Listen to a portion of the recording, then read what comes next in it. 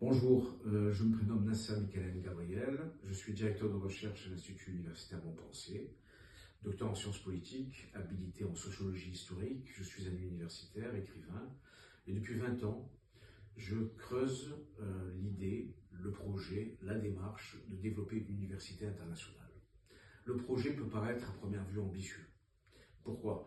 Car ce type de démarche suppose au départ des grands groupes financiers, un fort capital économique et financier. Notre démarche à nous, on a visé justement à ne pas correspondre à l'idée générale que l'on se faisait d'un projet d'université internationale.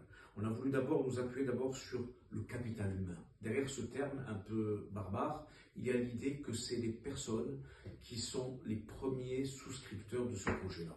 Les personnes des pays du Sud, pour le Sud, c'est-à-dire des pays africains, d'Amérique du Sud, du Moyen-Orient, du monde méditerranéen, qui ont besoin de formation, qui ont besoin d'avoir des diplômes d'excellence et que ça suppose nécessairement une réflexion rigoureuse sur le sujet. Et donc l'enjeu pour nous, c'est de développer ces formations-là autour d'une université du Sud, pour le Sud, mais bien entendu, qui a une approche aussi, un rayonnement dans les pays du Nord. Notre vision vise trois éléments.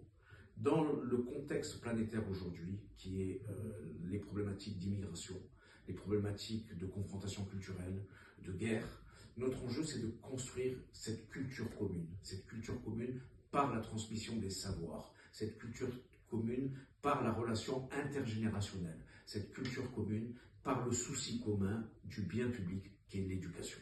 C'est pour cela que notre projet s'est construit d'abord sur les personnes, sur les individus, sur la connaissance fine des cultures, des sociétés, et non pas sur un projet construit in abstracto et appliqué aux pays les uns et aux autres sans véritable réflexion a priori. C'était la première étape.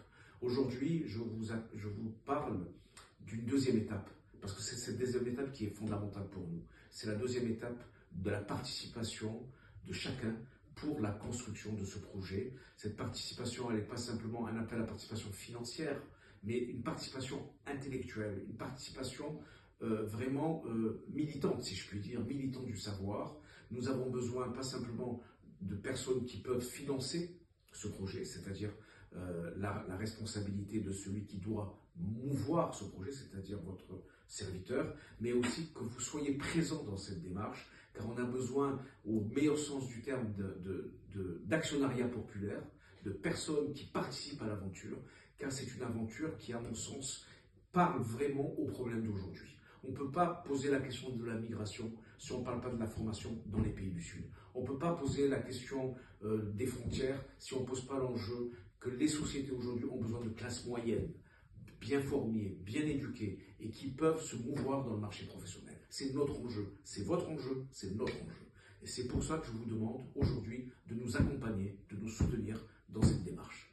Je vous remercie.